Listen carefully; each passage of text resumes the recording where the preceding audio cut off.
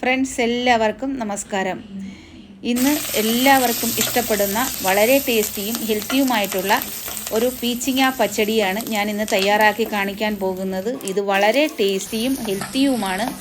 നമ്മുടെ ശരീരത്തിലെ കൊഴുപ്പ് ഇല്ലാതാക്കാനും ഹാർട്ടിൻ്റെ ആരോഗ്യത്തിനും സ്കിന്നിൻ്റെ തിളക്കത്തിനും അതുപോലെ തന്നെ നമ്മുടെ ഏജ് പ്രോസസ്സ് വളരെ കുറച്ച് സ്ലോ ഡൗൺ ആക്കാനും ഒക്കെ വളരെ ഗുണങ്ങളുള്ള ഒന്നാണ് ഈ പീച്ചിങ്ങ.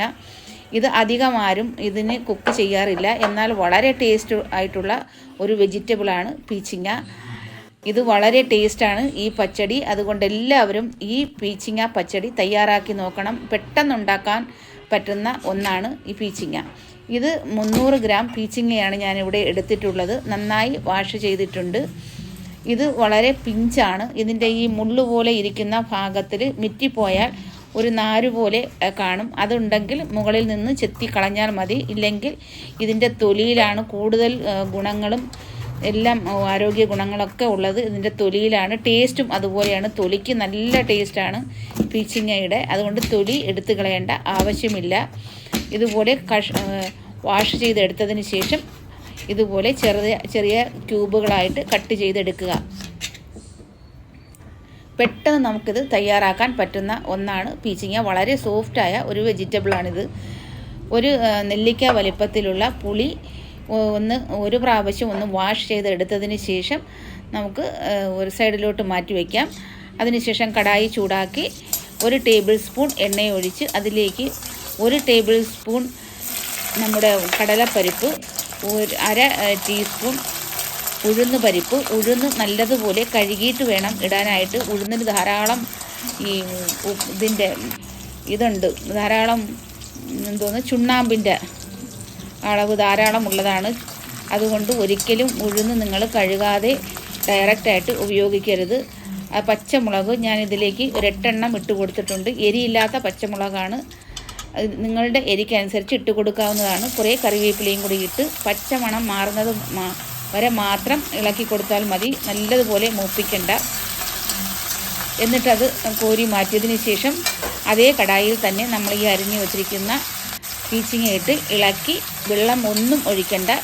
മീഡിയം ലോ ഫ്ലെയിമിലാക്കിയിട്ട് ഒരു 5 മിനിറ്റ് നമുക്ക് കവർ ചെയ്ത് വയ്ക്കാം. 5 മിനിറ്റ് കഴിഞ്ഞതിന് ശേഷം ഇതിലേക്ക് ആവശ്യത്തിന് ഉപ്പും 1 ടീസ്പൂൺ 1/2 ടീസ്പൂൺ മഞ്ഞൾപ്പൊടി കൂടി ഇതിലേക്ക് ഇട്ട് കൊടുത്ത് വീണ്ടും നമുക്ക് അടച്ചു വെച്ച് ഇത് നല്ലതുപോലെ വേവിച്ചെടുക്കാം. വീണ്ടും ഒരു 5 മിനിറ്റ് അടച്ചു വെച്ചിരുന്നാൽ മാത്രം മതി. ലോ മീഡിയം ഫ്ലെയിമിൽ 5 മിനിറ്റ് അടച്ചു വെച്ചിരുന്നാൽ മാത്രം മതി. നല്ലതുപോലെ വെന്ത് കിട്ടും.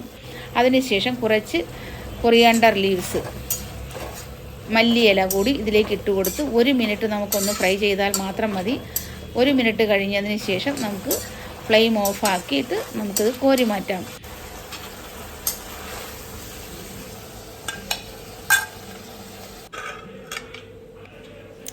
തണുത്തതിന് ശേഷം നമ്മൾ ഈ ആദ്യം ഫ്രൈ ചെയ്ത കടലപ്പരിപ്പും ഉഴുന്നുപരിപ്പും പച്ചമുളകും കറിവേപ്പിലയും കൂടി മിക്സിയുടെ ജാറിലിട്ട് നല്ലതുപോലെ അരച്ചെടുക്കാം. ഇതിൽ ഒരു 10 അല്ലി വെളുത്തുള്ളി ഞാൻ ഇതിലേക്ക് ഇട്ട് കൊടുത്തിട്ടുണ്ട്. 1/2 ടീസ്പൂൺ ജീരകം കൂടി ചേർത്ത് നല്ലതുപോലെ ആദ്യം അരച്ചെടുക്കാം. അതിനുശേഷം ഇതിലേക്ക് ഈ പുളിയും നമ്മൾ ഈ ഫ്രൈ ചെയ്തെടുത്ത പീച്ചിങ്ങ കൂടി ഇതിലേക്ക് കുറേശ്ശെ ഇട്ട് കൊടുത്ത് ഇതുകൂടി അരച്ചെടുക്കാം. ഒന്ന് പൾസ് ചെയ്ത് വേണം അരച്ചെടുക്കാനായിട്ട്. നമ്മൾ അവിയലിന് അരയ്ക്കുന്ന അതേ പാകത്തിന് അരച്ചാൽ മതി. നല്ല ഫൈനായിട്ട് അരയ്ക്കേണ്ട ആവശ്യമില്ല.